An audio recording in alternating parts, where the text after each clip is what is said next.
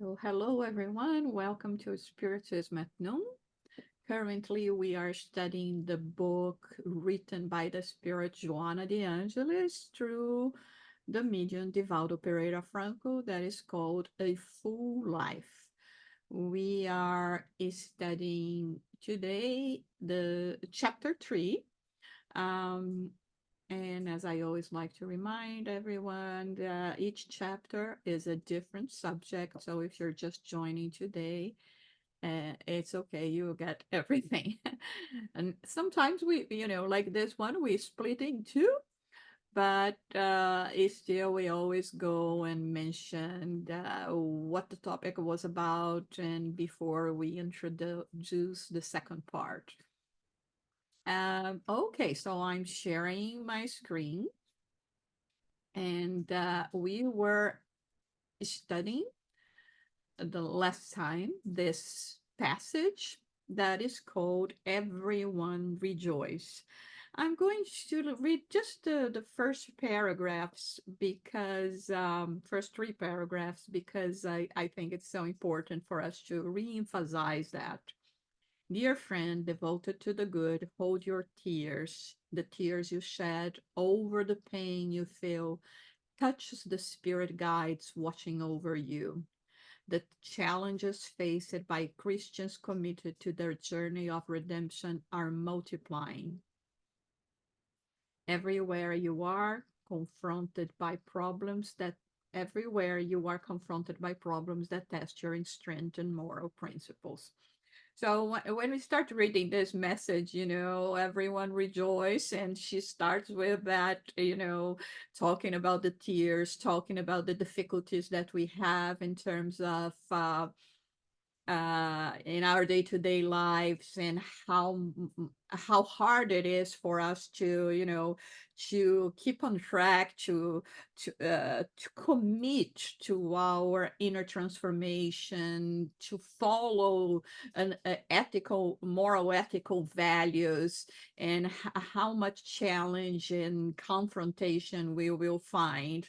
But at the same time, I like it very much when she emphasizes that even in those moments of extreme distress where we are facing so many challenges, that the spirits are not oblivious to our pain and adversities, that they are not only watching us, but when she says here, they are watching over you, meaning they are doing their utmost to help us in this process, even if sometimes they cannot interfere at all. We have to go through whatever we have to go through to grow, but they will be helping us, giving us strength, and inspiring people, to friends, to come next to us, to comfort us, to keep us company.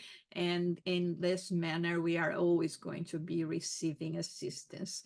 So she goes about telling how much each one of our purpose here on earth, considering that we are still in a world, just transitioning to a world of regeneration, but a world that it was of trials and expiations, atonements, and but at the same time, emphasizing how beautiful it is, the fact that we have so many different talents, and how one complements the other, and how one can be really the vessel for other to succeed. And regardless of the difficulties that we are encountering now, this is our time, and this is the choice that we made to go through the narrow door. Now, I mean, we have been playing in the several reincarnations that we had in the past a lot, right? We've been thinking that we have all the time in the world, or not even concerning about the time or not. I'm just going to live for the today.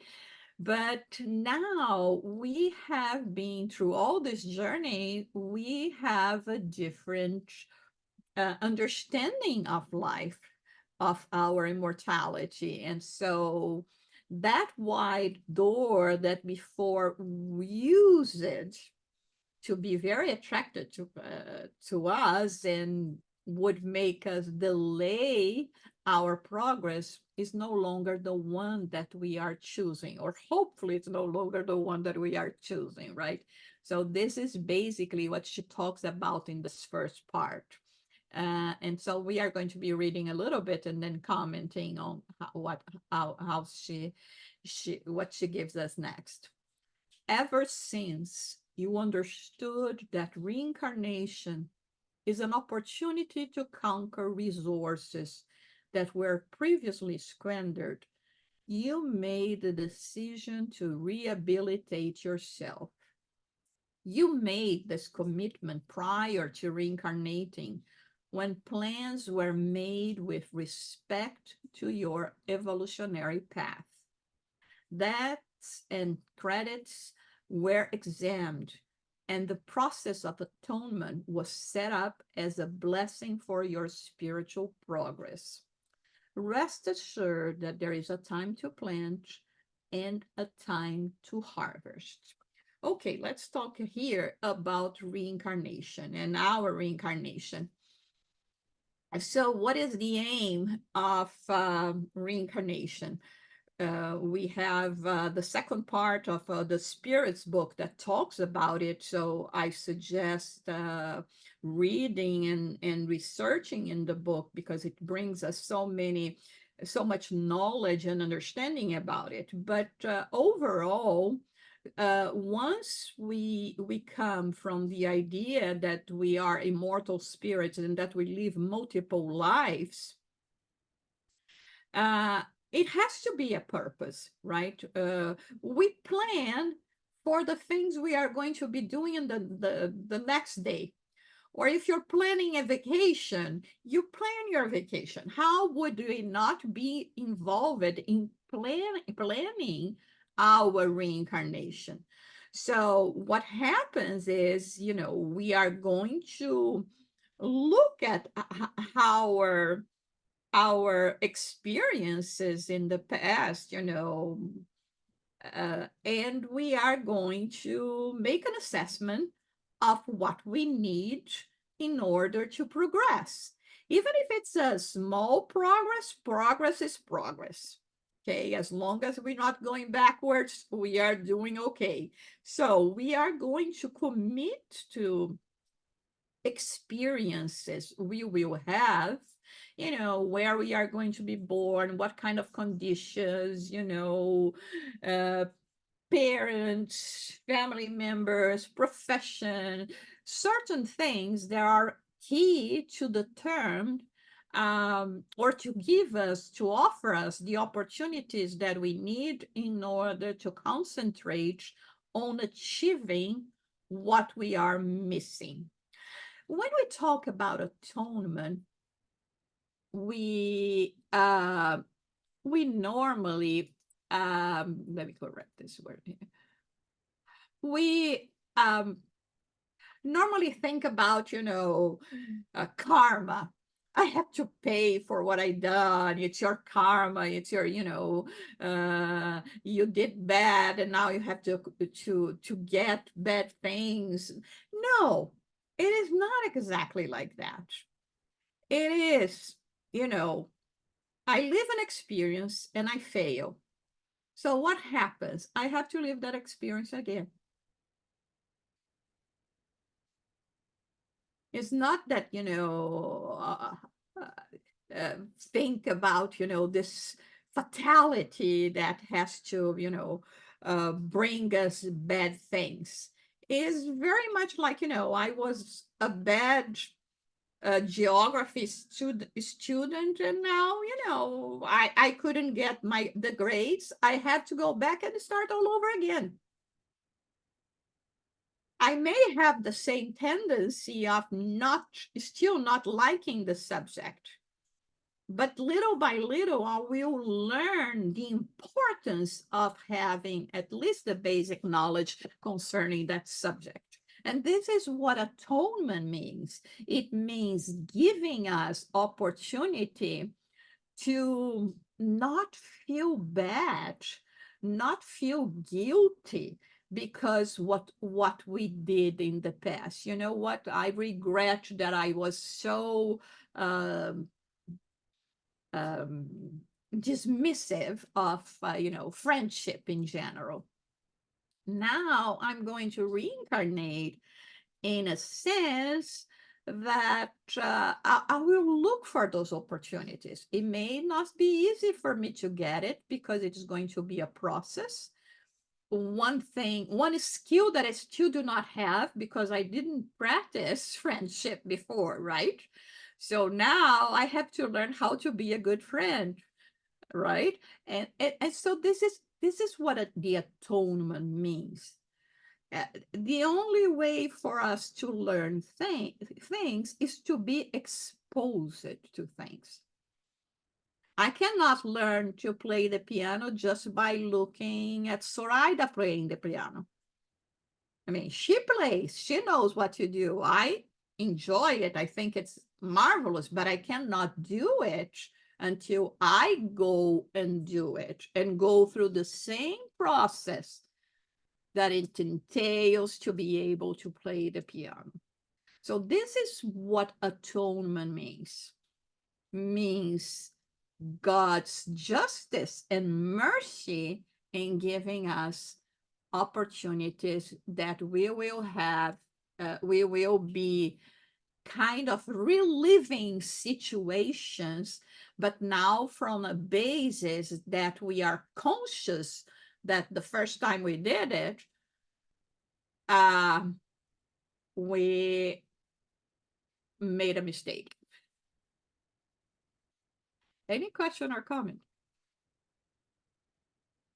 Yes, Sonia. The same way we have this plan before our incarnation, we still have the opportunities in this incarnation when we fail.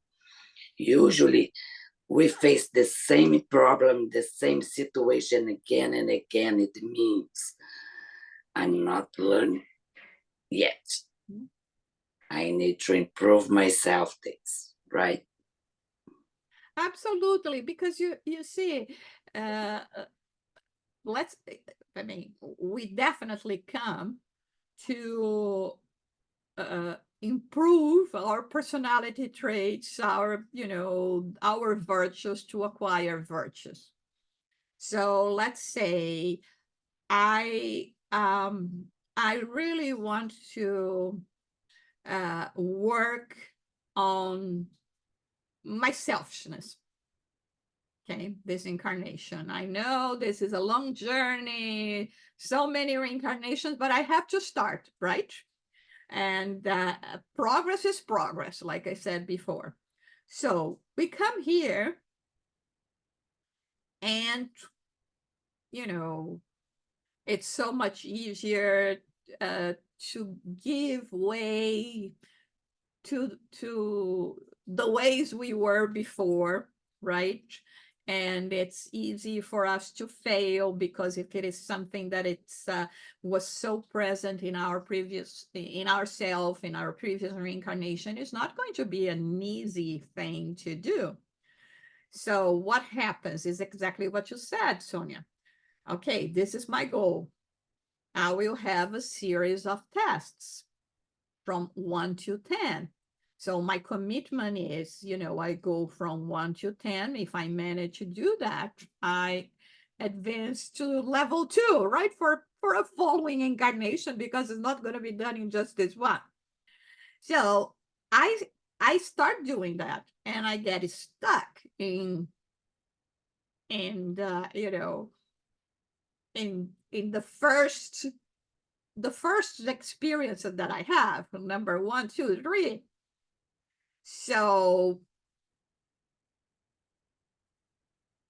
if I don't succeed, I'll have to repeat, and I will have a chance to repeat in this incarnation. So I I committed to reach a goal. I can go through this goal in a straight line, or I can make my way harder. Okay, so let's say if I go 1, 2, 3, 4, 5, 6, 7, 8, 9, 10. Wow, great. It was hard. I had to go through experience, but I just went through that. I committed myself to go through that. But if I stuck on 1 and 2, and I may not even finish, or and because of that, I will have to be more things will have to come my way that is going to complicate my life because I lost uh, track of what I was committed. So it's exactly what you did, what you said. And it's still the way we do that, right? Because we may learn to suffering through suffering, you know, having to be repeating 1 and 2 and 3 and 4 will be hard. Or I can go through love. Like, there is an inner commitment, something that even when you are struggle, you know that this is for the greater good. And let's say the path may not be the same. Because if you go well in 1, 2, 3, that you had to struggle more, face more adversities, maybe 4, 5, 6 will present themselves with different in different situations. It still is conquering your selfishness, but in an opportunity that is not going to weigh on you that much. Is that clear? Yeah. Okay. Any more comment or question? So let's read a little more. Hold on to the conviction that I'll have, however long your via crucis may seem, you will find rest from your afflictions once your goal is reached. That's exactly what you were saying, right, Sonia? Um, and again, afflictions here doesn't mean suffering. It doesn't mean a hard path. It means really, the overcoming of a certain stage for you to be able to accomplish your goal. Again, thinking about the piano, how hard it is for me to memorize all the keys and to have this dexterity to to use my fingers and all that. But at the end, I know that I will be able to play a sonata. And so, while I'm going through the process, there is this consciousness that it's for something that is going to bring me so much joy. Like when you are going to get at the top of a mountain, at first it's so hard, but then when you're there, you feel like, uh, it's so beautiful, everything that you see. So, until then, however, you will have to drink from the bitter cup of atonement with joy and peace in your heart for the benefits that will follow this process. So, again, it's like a bitter medicine. I know that it doesn't taste good, but let's get over with it. And the sooner I do that, the better I will get. To be on the safe side, avoid treacherous facilities that deceitfully promise easier routes. There are no shortcuts.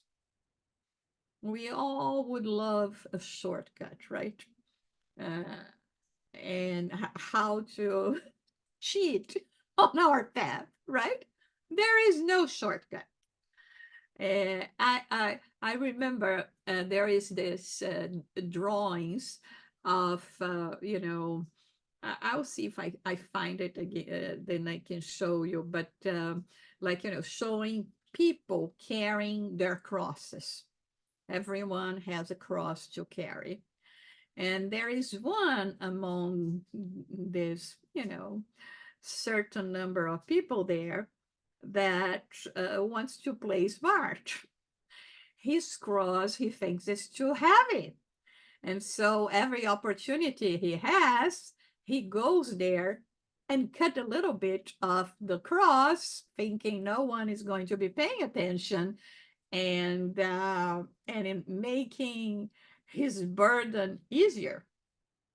And so he keeps on doing that until they finally arrive at a certain place where they have to cross from one side of the where they are to the other, but they will need to lay down their cross to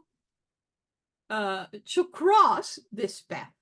So everyone that was, carrying their crosses the way they were, they laid down their cross and just stepped on it, crossed to the other side, got the cross again. But what happened to this one that was cheating?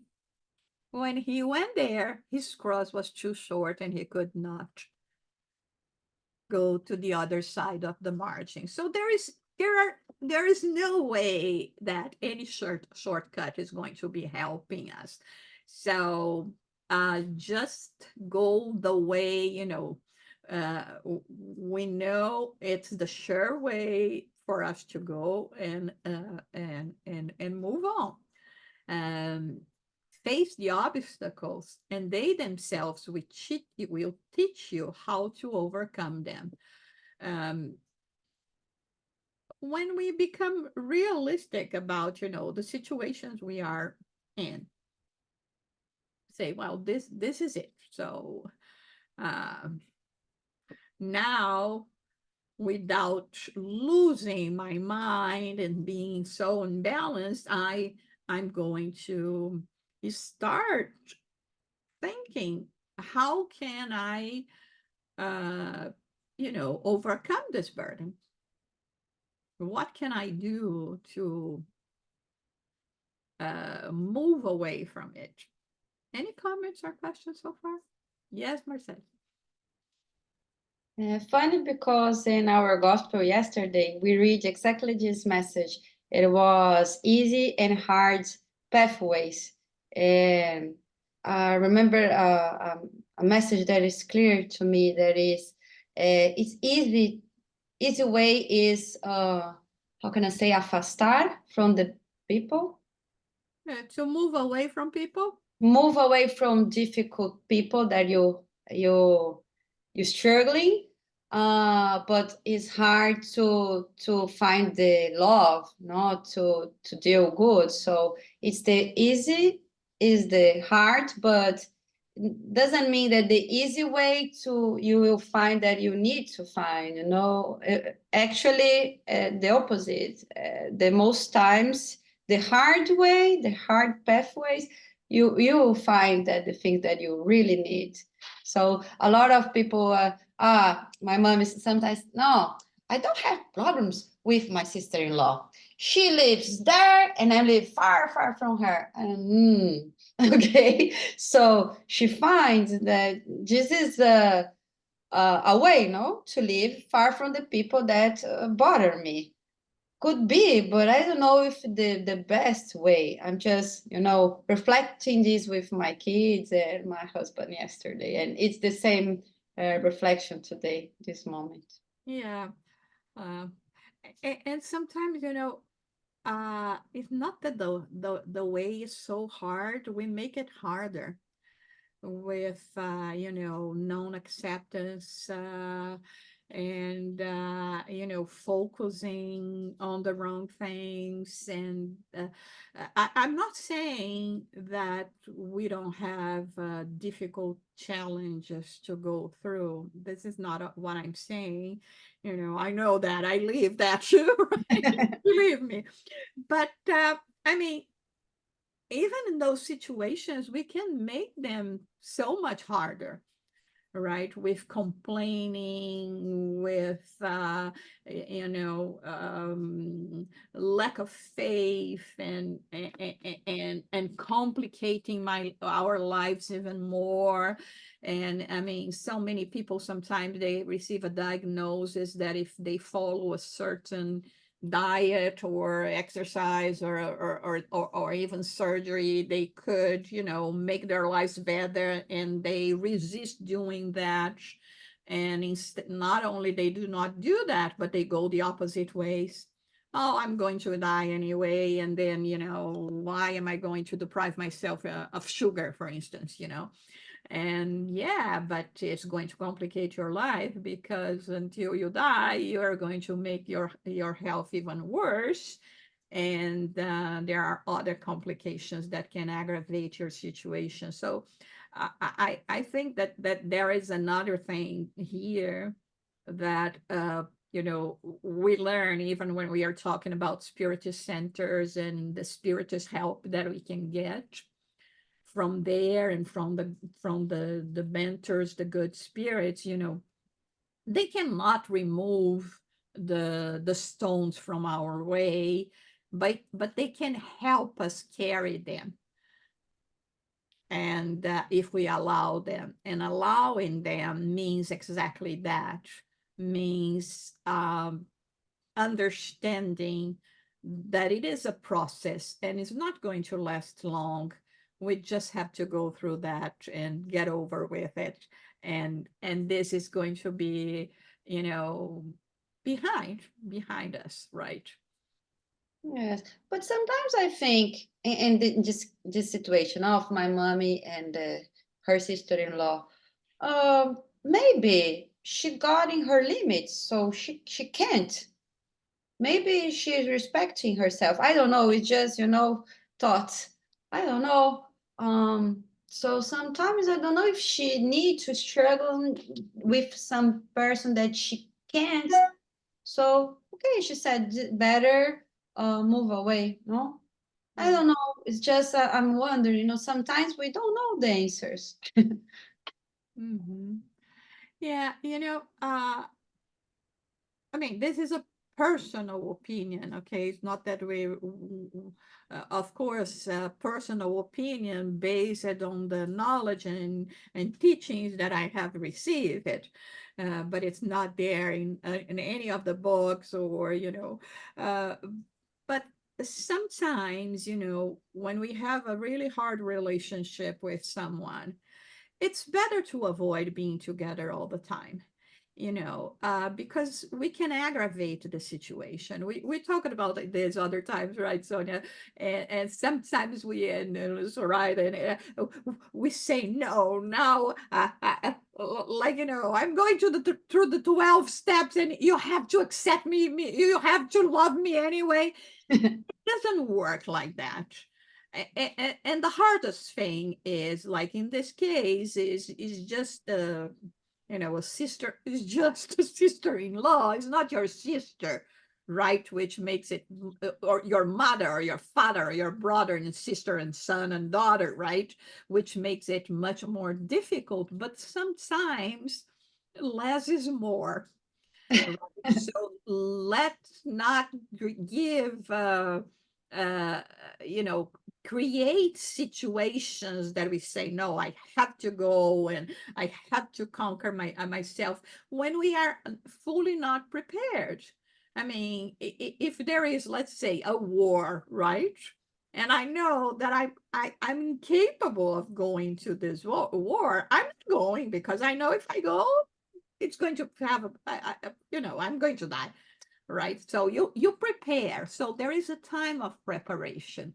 So as long as there is this respect, and there is this possibility of you know um, uh, a, a relationship, even if it's more like in superficial, let it be, because otherwise we will be, looking for trouble. Yeah, sure. Thank you. It's all right. You are going to say something? Yeah, I was going to say that, I'm listening to Marcela's sister-in-law, what she's saying, and it's so true. But, when it's a relative that's not that close, it's easier to work with it. You don't see them as much. It's like sisters, oh, we'll see each other all the time. Mhm.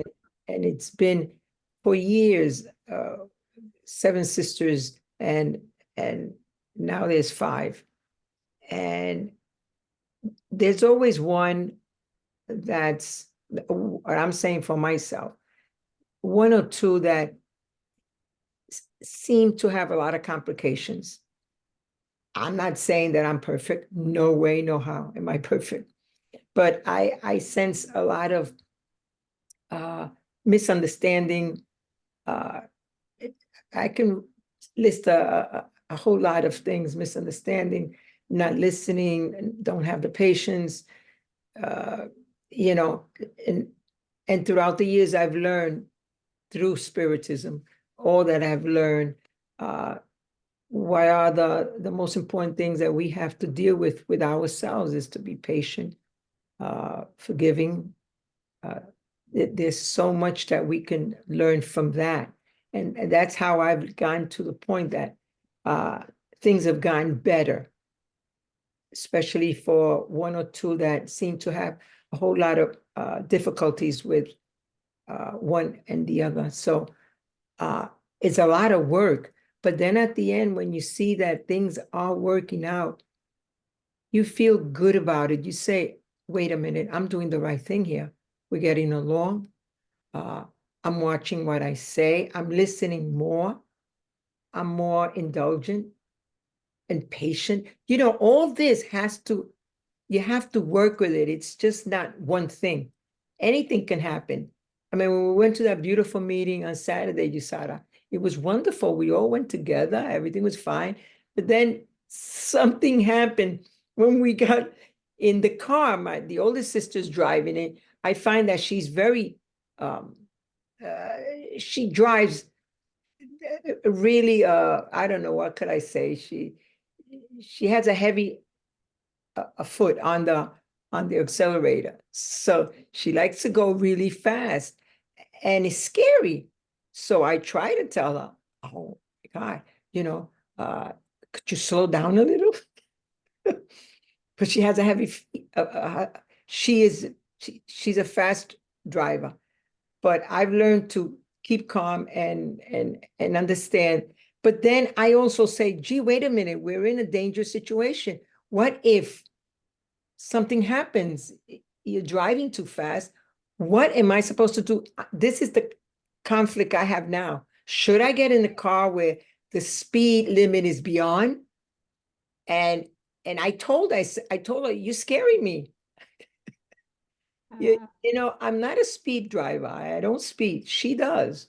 And what do you do with something like that? Don't get in the car. You tell her and they don't understand. What do you do then? So I'm trying to kind of bring peace and not to say that she wants to be the one who's going to, drive to wherever we go. And I'm going to tell her, no, I'm not going to go in with the car with you. I mean, is that wrong to do? Where do you stop? Because this is a closer relative. This is not a in-law or someone that lives far away. We're close to each other. So I have a difficulty now of, I don't want to say I'm scared, but you have to be cautious. Yeah. So what do you do with something like that? I mean, again, my personal opinion, Yes. safety first, right? She doesn't have the obligation to follow my way. Right. But at this point, there are 2 options. Mhm. Either she is a bit more understanding when I'm there and understand that I really feel uncomfortable. Exactly. Okay.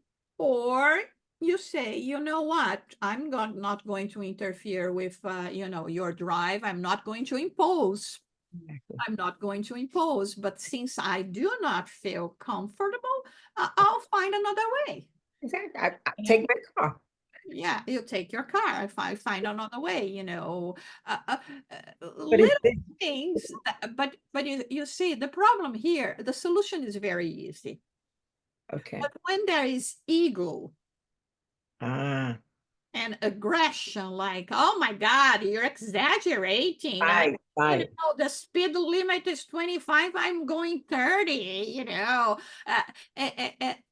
and I mean, one side really has to be very controlled in the situation in saying, listen, I'm not going to impose. But you see, I would say, that I'm old, even if I'm not older as you are. But I mean, in my way of getting old, I'm more afraid Yeah. when I am in cars or things like that. And so, can you?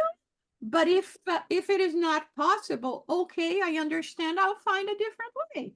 But I think to be uncomfortable in a situation like that, it's I mean I know that because we all live that situation, with bad drivers or speed drivers or things like this, and the level of stress Yes. is going to harm us. Right. Not to mention, how much more risk we are getting ourselves into. Yeah. So it's really hard. Yes. It's hard, and in reality, there's no other choice.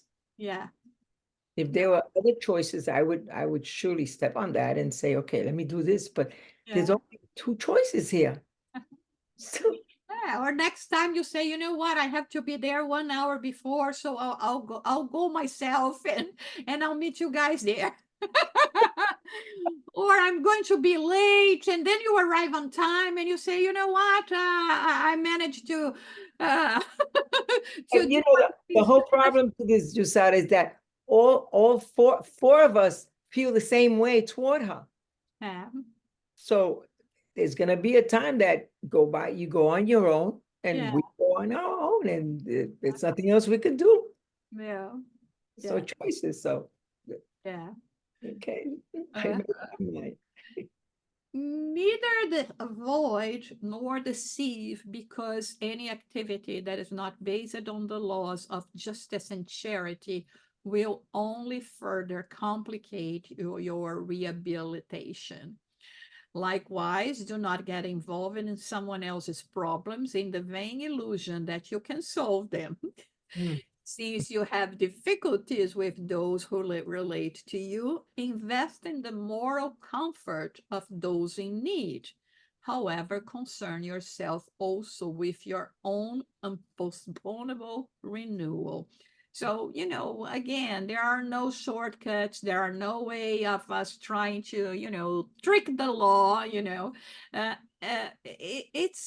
it's a straight path, a narrow one, a straight path. I mean, there's no way we can go against that. And sometimes, when we are in this uh, journey of self transformation, inner transformation, and improvement, self improvement, we sometimes want to carry the world with us, fixing everyone that is around us. Not everyone wants to be fixed or thinks they need to be fixed, right? So that's why they say here, go after those that are in need, that are asking for assistance.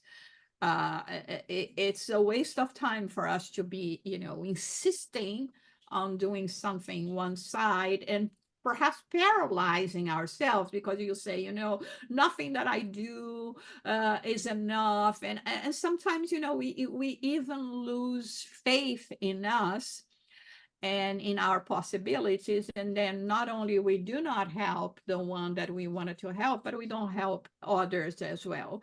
So uh, concern yourself with your own postponable renewal. This is not being selfish. This is doing the work you committed yourself to do it. If we don't do that, no one will do that for us, right? Help, but without taking on the burden, knowing that time will solve tomorrow the problems that are troubling today. Again, sometimes, we want so much to help others, but I mean, how wonderful it would be if we could remove the weight of the burden from each other's shoulders, right? But we barely can deal with ours. Again, it doesn't mean that we are not going to be there to assist, to give comfort, to cheer for the person and to do whatever we can to assist. But if it is not happening, there is a reason why it's not happening. But we know that progress follows, and if it's happening, one day it's going to be different. Go ahead, Marcel. This is happening with my group. You know that I have a group of Spiritism in Portuguese, and it started with, I don't know, 8 people. I was, wow. And in the way, I have just two that always participating. And I ask myself, should I need to continue waiting to do this? I'm doing some difference but the answer came and I say, no, these two are so important. So this meeting is helping me too, not just these two that are participating. So is that you're talking about? No, the others maybe are not prepared or don't want to be helped or don't want to learn or reflect, or I don't know. So I need to respect them and respect this two that wants to be, you know. So it's just a comment. Yeah, you see, this is one thing that I think we all have a tendency to question, which is, what am I doing wrong? Right? Why there are more people? Or no, it is hard. It is a very difficult commitment. Again, not just because we have to be here or not have to, but we are here week after week.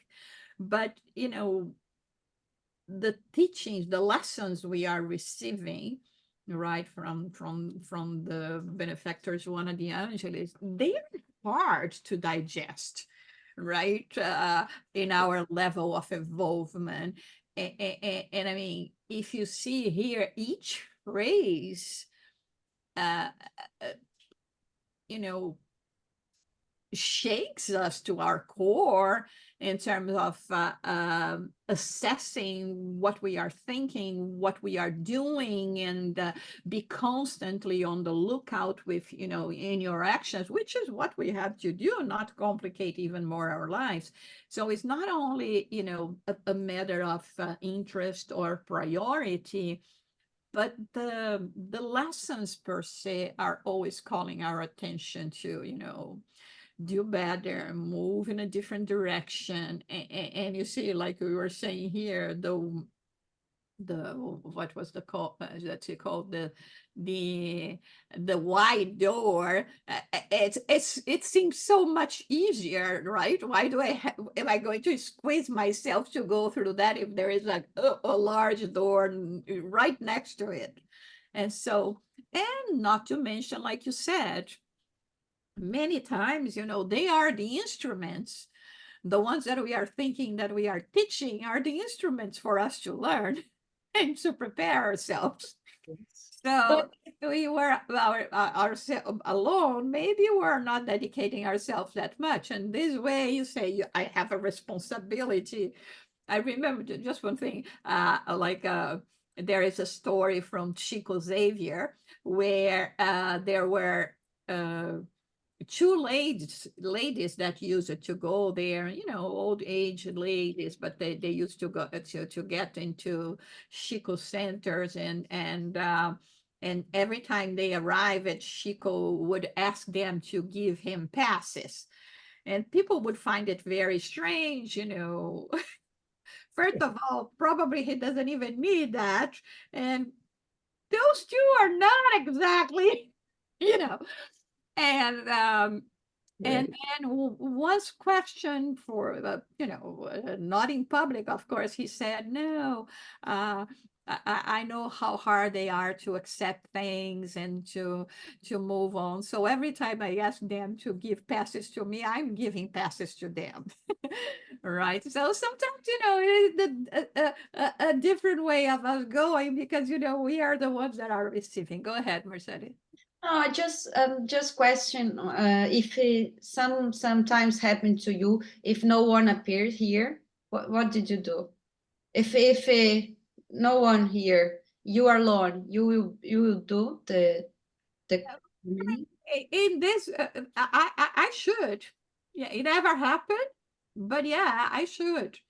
Because again, that was the other part that I was going to say. There is a commitment with the spirits, and with the spirits they will bring to listen to the lessons that, as we know, are much more numerous than the ones that sometimes attend the meeting. So we have the commitment to do it. Of I'm course, asking because hard, but I'm not in a spirit center. I'm in my house, and I think maybe the spirits are coming here. I don't know, but it, even so, once there is no person, so I started in the time, but after 5 minutes, enter my friend. But I think I need to do, so I did. So I'm not sure if I'm okay doing. no, you should do it. And when we are talking about the spirits, we are talking about the spirits that are already with us, right? And they don't, I mean, the benefactors do not even need to bring guests. The spirits that we have in our family circle are enough already, so Enough. yeah. So it's always going to be beneficial, even when we talk about, doing uh, the prayers at home, or as they say the gospel at home, even if you are alone, like they say, do it in a loud voice as well, for to involve everyone. Yeah. Okay, thank you. Likewise, do not get involved in someone else's problems in the vain illusion that you can solve them. Since you have difficulties with those who relate to you, invest in the moral, oh, I read that already, in the moral comfort of those in need. However, concern yourself also with your own unpostponable renewal. Help, but without talking on the burden, knowing that time will solve tomorrow the problems that are troubling today. Do not let friends and colleagues pass on to you the responsibility for their actions. The Master, who is our Lord and the very embodiment of wisdom, taught us the way, but it was up to those who asked for help to walk the walk. Never make decisions when you are emotional and without the necessary discernment, for the outcome will always be problematic.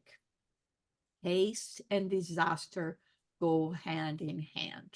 Calm down first so that you may respond accordingly.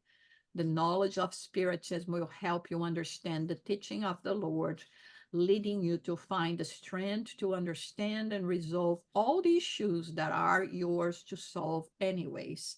Rejoice whenever pain knocks at your door, because you are being invited to morally transform for the better.